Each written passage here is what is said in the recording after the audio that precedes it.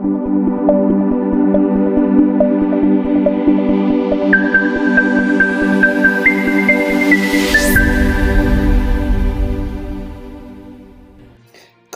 mpenzi msikilizaji kwenye taarifa hii ya habari kutoka Kivu News Info.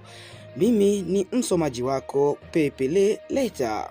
Katika toleo la leo tunakuletea habari muhimu kutoka mashariki mwa Jamhuri ya Kidemokrasia ya Kongo, ambako hali ya usalama inaendelea kuwa ya kutia wasiwasi. Tutaanza na taarifa kutoka Masisi, ambako shambulio la anga liliripotiwa kufanywa na FARDC na hivyo kusababisha hofu kubwa miongoni mwa wakaaji wa Nyabiondo. Kisha tutaelekea Ruchuru, ambako watu 4 wameuawa katika shambulio la kuvamia huko Kasheshero. Pia tutakuletea habari kutoka Walikale, ambako mvutano kati ya makundi mawili ya wazalendo ambayo iliweza kuwalazimu wananchi kuyakimbia makazi yao kwa hofu ya mapigano hayo. Na tutamalizia kwa taarifa kutoka Mambasa mkoani Ituri, ambako mashambulizi mapya yanayohusishwa na ADF yameweza kusababisha utekaji wa raia kadhaa, wakiwemo watoto, na kuongeza hofu miongoni mwa wakaaji wa eneo hiyo. Karibu tuanze na habari yetu.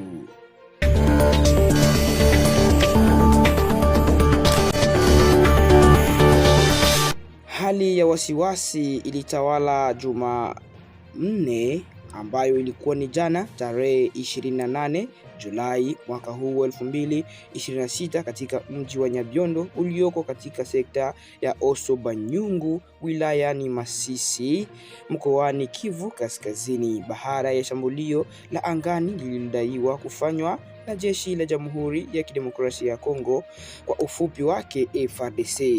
Kwa mujibu wa vyanzo mbalimbali vya eneo hilo, ndege isiyo na rubani ya kijeshi ilionekana ikizunguka juu ya mji huo majira ya saa 2:30 asubuhi, kabla ya kurusha mabomu mawili yaliyolenga nafasi inayoshikiliwa na waasi wa M23 karibu na kanisa la Katoliki la jiji hilo la Nyabiondo. Milipuko hiyo ilisababisha hofu kubwa miongoni mwa wakaaji. Mamia ya wananchi walikimbia makazi yao wakitafuta maeneo yaliyo salama, wakihofia mashambulizi mengine yanaweza kuendelea au kuweza kutokea. Wengine walionekana wakiondoka na watoto pamoja na mali chache walizokuwa nazo ili kufika eneo ambazo walikuwa wanakimbilia. Kutokana na hali hiyo, shughuli za biashara zilisimama kwa muda wa saa kadhaa. Maduka mengi yalifungwa, masoko yakabaki bila watu, huku shule na shughuli nyingine za kila siku zikisitishwa kutokana na hali ya taharuki iliyotanda katika eneo hilo. Hadi sasa mamlaka za DRC pamoja na jeshi lake FARDC hazijatoa taarifa rasmi kuhusu idadi ya watu waliofariki, waliojeruhiwa au uharibifu uliosababishwa na shambulio hilo ambalo liliweza kufanywa. Mashahidi waliopo Nyabiondo wanasema eneo lililolengwa bado halifikiki kwa urahisi kutokana na sababu za kiusalama. Hata hivyo, imefanya iwe vigumu kuthibitisha kwa uhuru taarifa kuhusu hatari halisi za mashambulizi hayo. Shambulio hili linajaribu wakati mapigano yanaendelea kati ya eneo mbalimbali ya wilaya ya Masisi, ambako vikosi vya FARDC vinaendelea kupambana na wapiganaji wa M23. Mapigano haya yameendelea kuongeza hali ya ukosefu wa usalama na kusababisha familia nyingi zikimbie nyumba zao na mali zao. Wananchi wa eneo hilo wanaendelea kutoa wito kwa pande zote zinazohusika kuhakikisha usalama wa raia unaozingatiwa, huku wakitarajia kurejea kwa utulivu ili waweze kuendelea na maisha yao ya kawaida. Hiyo ilikuwa habari yetu kuhusu hali ya usalama katika Nyabiondo ndani ya Masisi. Asante kuendelea kuwa nasi. Mimi ni Pepele Pole, nitaendelea kuwajuza habari nyingine endapo zitakapopatikana.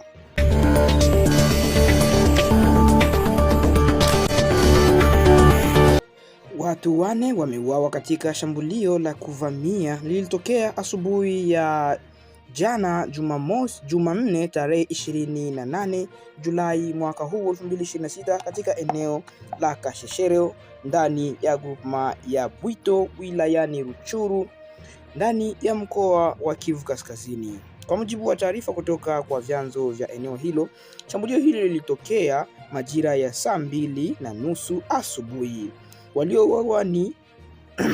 Waliouawa ni mkubwa wa kijiji cha Kirima Justin Kikara Kaiti, walinzi wake wawili pamoja na dereva wa pikipiki aliyekuwa akiwasafirisha. Mashahidi wanasema watu hao walivamiwa ghafla na watu wenye silaha katika eneo la Kasheshero na wote walifariki papo hapo kabla ya kupata msaada. Baada ya shambulio hilo tu, hali ya hofu iliweza kutanda. Wakaaji waliweza kubaki wakiwa na wasiwasi na hofu kubwa ya kwamba shambulizi lingine linaweza kutokea, na huku shughuli za kawaida zikiwa zimesimama kwa muda. Vyanzo vya ndani vinaeleza kuwa marehemu Justin Kikara Kaiti alikuwa mkuu wa kijiji cha Kirima, eneo ambalo kwa sasa linaripotiwa kuwa chini ya udhibiti wa waasi wa M23. Hadi sasa mazingira kamili ya shambulio hilo bado haijafahamika rasmi na hakuna mamlaka iliyotoa taarifa kuhusu waliohusika na tukio hilo. Uchunguzi unatarajiwa kuendelea ili kubaini chanzo na wahusika wa mashambulizi hayo. Groupement ya Bwito iliyoko katika wilaya ya Rutshuru imekuwa ikikabiliwa mara kwa mara na matatizo ya kiusalama. Katika miezi ya hivi karibuni, eneo hilo limeshuhudia mashambulizi ya mara kwa mara yaliyosababishwa na vifo vya raia pamoja na maelfu ya wananchi kulazimika kuyahama makazi hayo. Wananchi wanaendelea kutoa wito kwa mamlaka husika kuchukua hatua za haraka ili kuimarisha usalama na kulinda maisha ya raia na wanaoendelea kuishi katika mazingira ya hofu. Hiyo ndiyo ilikuwa habari na taarifa kuu ambayo tulikuwa tunakuletea kutokea huko Kasheshero katika groupement ya Bwito ndani ya wilaya ya Rutshuru. Asante kuchagua Kivu News Info. Mimi ni Pepele, na ukiendelea kuwa nasi utapata habari zingine muhimu ambazo zinatokea maeneo hayo ya Jamhuri ya Kidemokrasia ya Kongo.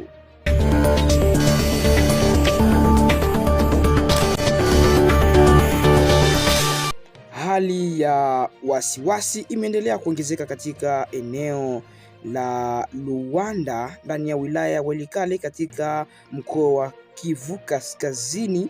Ilikuwa ni tangu jana tarehe 28 Julai mwaka huu 2026 Jumanne, wakati baada tu ya kuzuka mvutano kati ya makundi mawili ya wapiganaji wa wazalendo, na hivyo hali iliweza kuwa yenye kuleta wasiwasi. Kwa mujibu wa vyanzo vya eneo hilo, wakaaji wa vijiji vya Malembe na Mumba wameanza kuyakimbia makazi yao kwa hofu ya mapigano yanayoweza kuzuka wakati wowote. Taarifa zinaeleza kuwa mgogoro huo unawahusisha wapiganaji wanaoongozwa na Shukuru Bulenda na wale wanaoongozwa na Boaz. Chanzo kikuu cha mvutano ni udhibiti wa kijiji cha Malembe. Kwa mujibu wa taarifa hizo, kundi la Boaz limetaka kuweka makao yake makuu katika kijiji cha Malembe, jambo ambalo linapingwa vikali na wapiganaji wa Shukuru Balembe, na jambo hilo kusababisha fujo kati yao. Kutokukubaliana huko kumeongeza hofu ya kutokea mapambano kati ya pande hizo mbili. Kutokana na hali hiyo, familia nyingi zimeamua kukimbia porini ili kuelekea katika vijiji vya jirani ili kujinusuru endapo mapigano hayo yataanza. Viongozi wa jamii katika groupement ya Walao Luanda wamezitaka mamlaka za kijeshi kuchukua hatua za haraka ili kupunguza mvutano huo na kuzuia mapigano kabla hayajazuka. Viongozi hawa wanaonyesha kuwa ikiwa hatua za haraka hazitachukuliwa, hali inaweza kuwa mbaya zaidi na kuwasababisha vifo vya wananchi wasio na hatia, uharibifu wa mali pamoja na ongezeko la ukosefu wa usalama katika maeneo hayo ya wilaya ya Walikale. Kwa sasa wananchi wanaendelea kuishi katika hofu huku wakisubiri hatua za mamlaka kwa matumaini ya kurejesha utulivu katika eneo hilo. Hiyo ndiyo ilikuwa taarifa kuhusu hali ya usalama katika groupment ya Walao Luanda, wilaya Walikale. Asante kuendelea kuifuata Kivu News 4. Mimi ni Pepele Paulin ambaye anazidi kukuletea habari hizi. Endelea kuwa nasi kwa habari nyingine muhimu kutoka Kivu na maeneo mengine ya Jamhuri ya Kidemokrasia ya Kongo.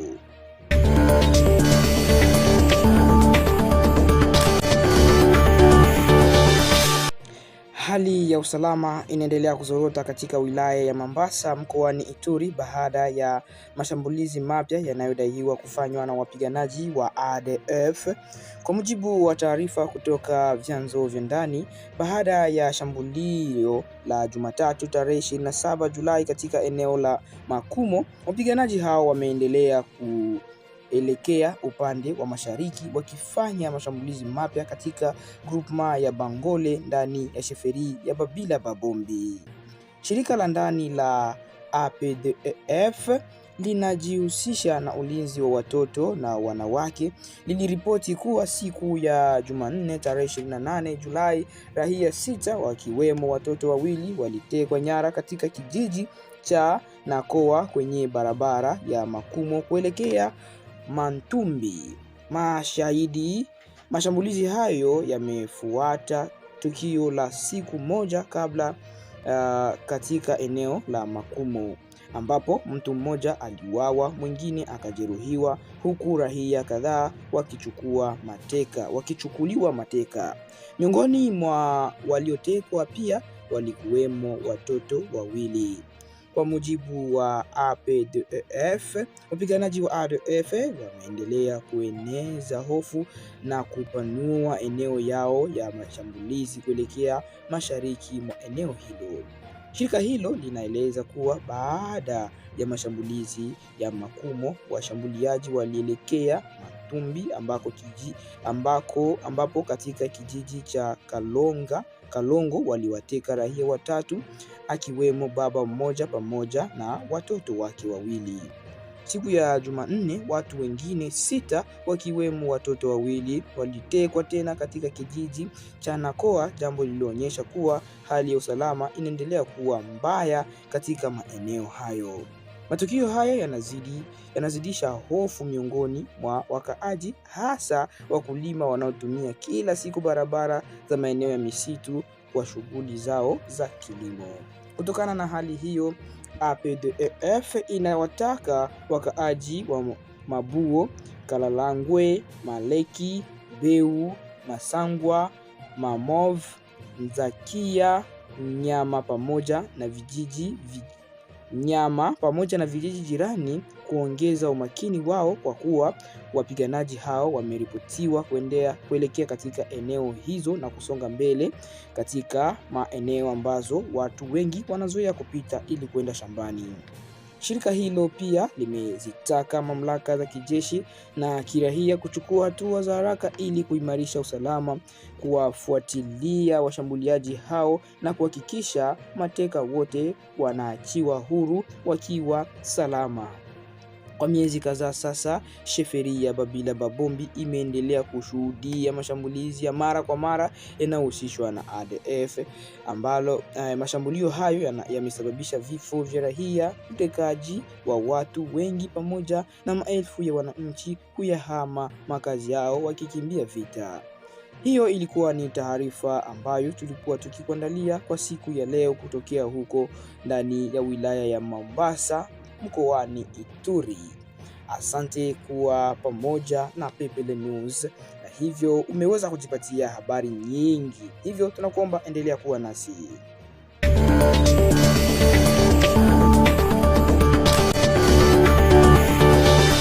Wananchi wengi waliorejea kutoka katika makambi za wakimbizi nchini Burundi wameendelea kutoa wito kwa serikali ya Jamhuri ya Kidemokrasia ya Kongo kuchukua hatua za haraka ili kuboresha hali ya usalama na maisha yao katika mkoa wa Kivu Kusini.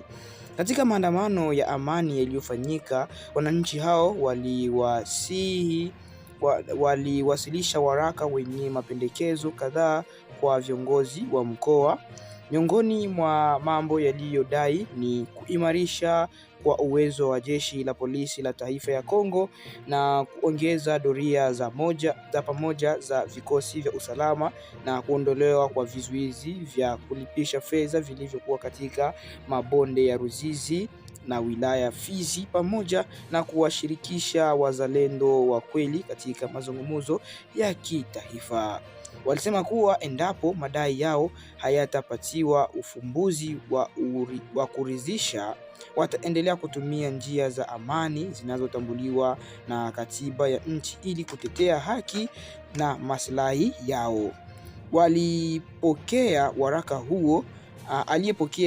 waraka huo ni makamu wa gavana wa muda wa Kivu Kusini, Jean-Jacques Elakano.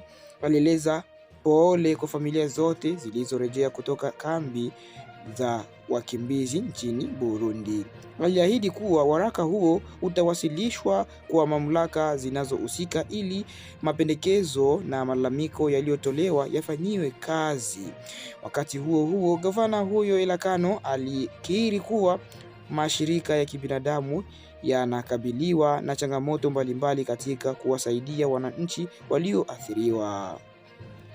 Jean-Jacques Elakano aliongeza kuwa serikali ya Kongo inaendelea kufanya juhudi kubwa za kuwasaidia wananchi walioathiriwa na migogoro. Pia alisema kuwa hatua zinaendelea kuchukuliwa ili kuimarisha usalama, ikiwemo utambuzi wa vyombo vya usafiri na waendesha pikipiki, pamoja na kutafuta suluhisho la tatizo la vizuizi vinavyowekwa kwenye barabara ya taifa namba 5 RN5. Baada ya maandamano hayo, baadhi ya wananchi walirejea kutoka Burundi walieleza kuwa bado wanaishi katika mazingira magumu. Walisema walipoteza nyumba, mali na vyanzo vyao vya maisha wakati wa ukimbizi, na sasa wanahitaji msaada wa haraka kutoka kwa serikali pamoja na shirika ya kibinadamu ili waweze kujenga upya maisha yao. Wananchi hao wana matumaini kuwa mamlaka husika zitachukua hatua za haraka ili kurejesha usalama, kuboresha hali ya maisha na kurahisisha kurejea kwa amani kwa familia zote zinazoathiriwa na mgogoro. Hiyo ndiyo ilikuwa taarifa ambayo tulikuwa tunakuandalia. Asante kwa kuendelea kuifuatilia Kivu News Info. Pia mimi ni msomaji wako Pepele Leta. Kwa hiyo baki nasi, pata habari kamili.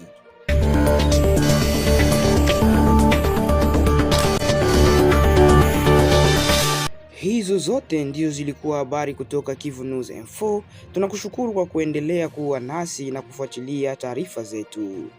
Tutaendelea kukuletea habari za kuaminika, kwa haraka na kwa uwiano kuhusu yanayojiri nchini Jamhuri ya Kidemokrasia ya Kongo na kwingineko.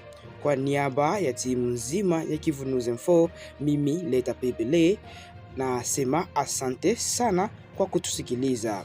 Uwe na usiku mwema au uwe na siku njema popote ambako ulipo na ambako unaendelea kuyasikiliza matangazo yetu. Kwa heri.